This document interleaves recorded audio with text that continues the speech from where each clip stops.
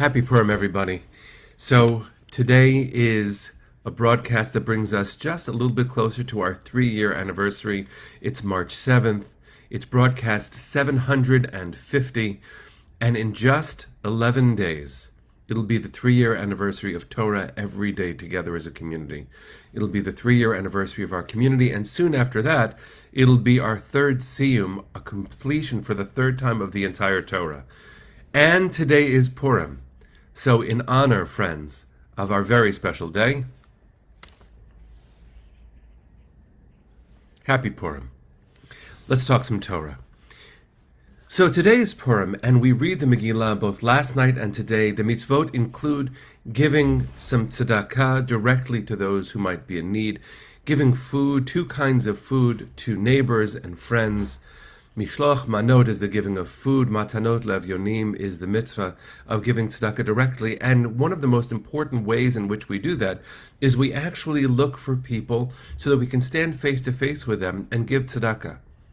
It is one of the most important ways to touch the work that we as a community do. UJA is clearly in the business of helping people when they are in need and continuing our work and deepening it in moments of sincere and significant vulnerability.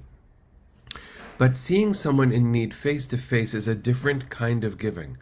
And in Manhattan and elsewhere all around the world, there is no shortage of need. And so I encourage you to actually take some time, step out of your comfort zone and meet somebody. Now, I have these sunglasses on my eyes, which means I can't actually see the screen in front of me. These, if you guessed, are not prescription. And what I wanted to do is be a little bit sillier than usual. It's not what I lean into most often. But Purim is a day typified by a phrase in the Megillah which says, nafochu.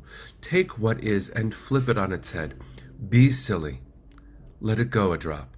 So what I wanted to do is point out some of the ridiculousness of the Megillah and not actually say anything deep about it, not share a commentary on it, and not point to the world in which it lives. I simply want to look at the Megillah.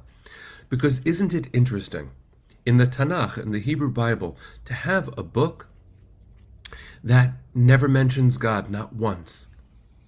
There's a book in the sacred center of the Jewish people that doesn't mention God. It is so human. Now, you could say that means that God is everywhere because you don't need to mention God, but every other book, for the most part, deals with God. Why not this? Furthermore, think about the plot line. Esther, who's orphaned, is adopted by Mordechai, who's either her uncle or her cousin, or some even say they were married, but then somehow it's his suggestion that she goes into a beauty pageant to replace a queen who had been ordered to appear naked. And Esther goes into that, but she can't go in as Esther. She goes in with a name that hides her Jewishness. Then she gets chosen after a banquet that lasts months and months, being perfumed for months and months in a harem. Now, obviously, I'm talking about a world that I would have a lot of social commentary on. I'm simply talking about a story that feels more like it's out of Game of Thrones or some ridiculous series. She eventually ascends to the throne, and because of circumstance, her uncle Mordechai happens to be sitting in the right place, happens to speak a lot of languages, hears 2 of the king's guards plotting to kill him. He tells her, she tells the king, saves his life, and then the story keeps going as if nothing happened. Until one day, the bad guy, I'll say his name, see what you put in the chat, Haman, walks by Mordechai, who's sitting in the same place. And either he has a big necklace on, which has an idol, which is why Mordechai won't bow to him, or he considers himself a god, but Mordechai won't bow to him. And because Mordechai doesn't bow to him, Haman then goes to the king, and the king is a doofus and is easily swayed by the silliest and most trivial of things, and also by money. Sounds like a lot of politicians. And Haman says, here's my stuff, you give me the power to get rid of this people who's different from everybody else. Clearly, social commentary comes in then too. So we've got misogyny, xenophobia, anti-Semitism, and corruption. Great. Good plot line. Now, because Mordechai knows what's about to happen, he tells his cousin, niece, or former wife what's about to happen, but she's too scared. And he says, listen, if it's not from you, help's going to come from somewhere else, which sounds way too hopeful for Jewish history and certainly for the plot line. She eventually then says, fast, tell everybody to fast. Everyone should be hungry. If I'm going to go risk something, they should risk something too. I don't understand how that's equivalent, but symbolic solidarity sounds great. And she finds an audience with a king, and this is not a video for children. He extends his scepter and she touches it. That's actually what the script says. No one thinks there's any doubt about what's happening there.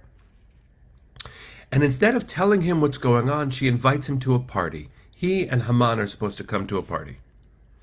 Okay, so that's already strange. When they do come for the party, she has the opportunity to reveal the plot, but what does she request? Come to another party.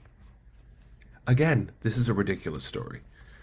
So they come to the second party, and she then reveals to the king what's been going on.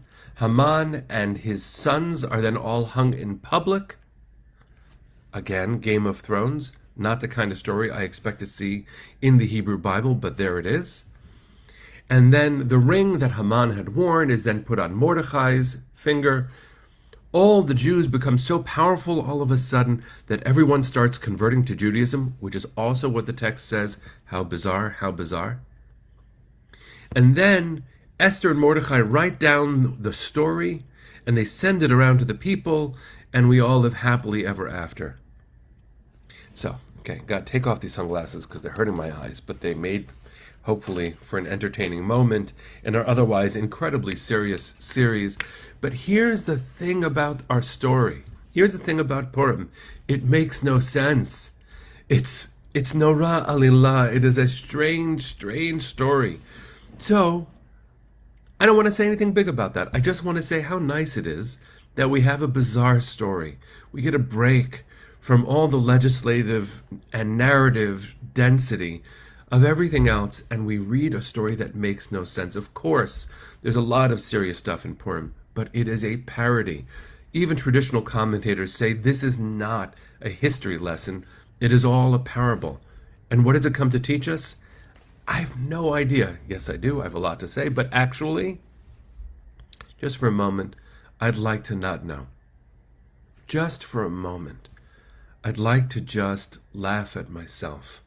The story is dreadful. It's poorly written. The holes in the plot are ridiculous. The sequence is absolutely ludicrous.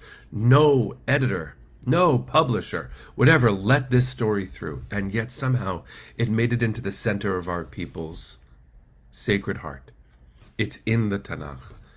Why else except to make you go every once in a while, huh? Huh?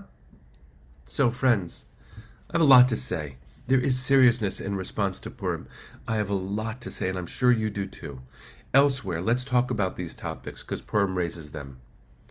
Absolutely, the degradation of women in society. Absolutely.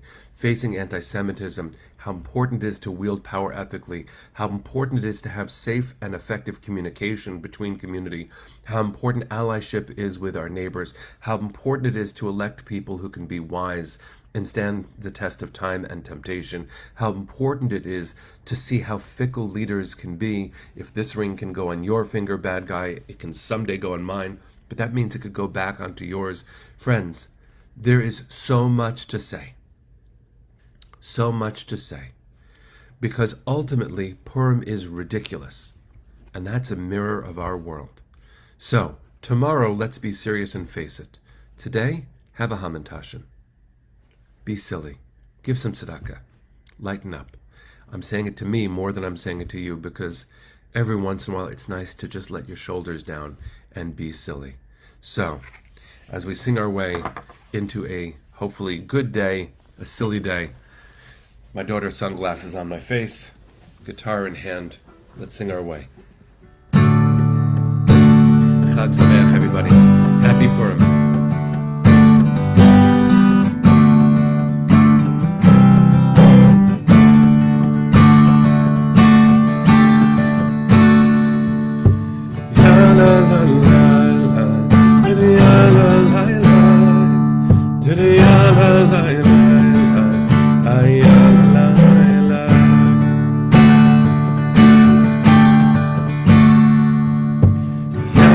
la la la, la la la la, today la la la la la, ay la la la. Purim Sameach, everybody. See you tomorrow. With these sunglasses on, I can't see where to click the button to end the broadcast, so see you soon. Bye-bye.